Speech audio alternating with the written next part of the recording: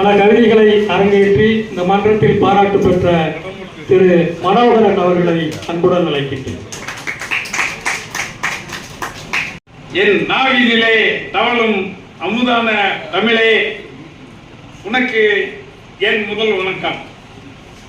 தேன் சிந்தும் பூமூட்டும் தெம்மாங்கு இசை மெட்டும் மனசுக்குள் கூடுகட்டும் இந்த நேரத்தில் தென்றலின் வருடலும் தேனின் இனிமையும் பக்குவமாய் கலந்து என் செவியில் இறங்கி என் சிந்தையில் சிறந்தோங்கி பூங்காற்று வீசும் இந்த ஆனந்த பொன்மாலை நேரத்தில் உங்கள் அனைவருக்கும் என் சிரம் தாழ்த்தி கரமுயர்த்தி வணக்கம். கோடி கவிஞர்களே, நான் ஒரு குட்டி கவிஞன். தெருவிளக்கு என்ற தலைப்பில் நான் ஒரு கவிதை. நான் தெருவிளக்கு தான், ஆனாலும் இருள் விளக்கும் திருவிளக்கு.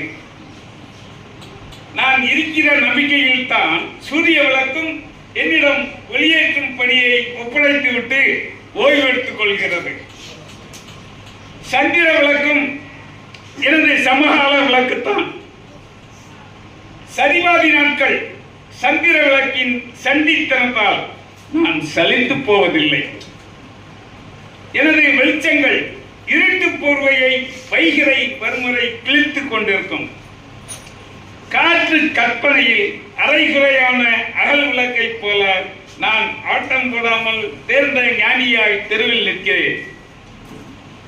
நீங்கள் உறங்கும் நேரத்தில் நான் விழித்துக் கொண்டிருக்கிறேன். நீங்கள் எழுந்த நேரத்தில் நான் உறங்கிக் கொண்டிருக்கிறேன். கனத்த இருட்டிலும் உங்களை கவனித்துக் கொண்டிருக்கும் காவலன் நான். குனிந்த தலை நிமிராத குமரியை போல நான் இருப்பதால் தான் எவருமே தேடி வராமல் அவர்களைப் போலவே தெருவில் நானும் திகைத்து இருக்கிறேன்.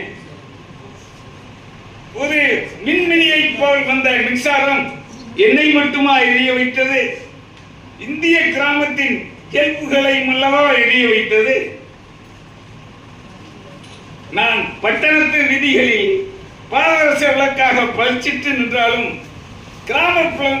கிராமப்புறங்களில் எல்லாம் கேடுதட்டு போய் கிடக்கிறது. தேர்தல் நேரங்களிலும் திருவிழா நேரங்களிலும் தெருக்கள் தோறும் எங்களுக்கு திரும்பவும் வாழ்வு வரும்.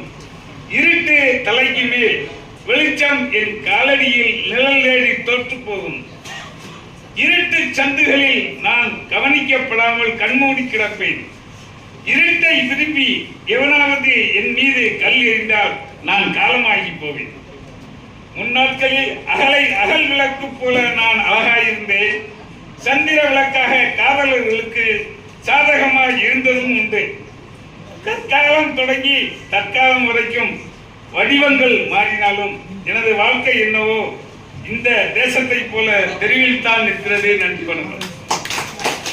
பாராட்டுகளை தெரிவித்துக் கொண்டு பாரதி தமிழ் இலக்கிய பேரவையின் பொருளாளராக நம்முடைய நிறுவனர் அண்ணன் பாரதன் அவர்களின் மைத்துனராக இந்த பேரவையில் தன்னை இணைத்துக் கொண்டு பங்காற்றக்கூடிய திரு இமானுவேல் அவர்கள் தன்னுடைய கவிதையை வாசிக்க வருகை தருகின்றார்.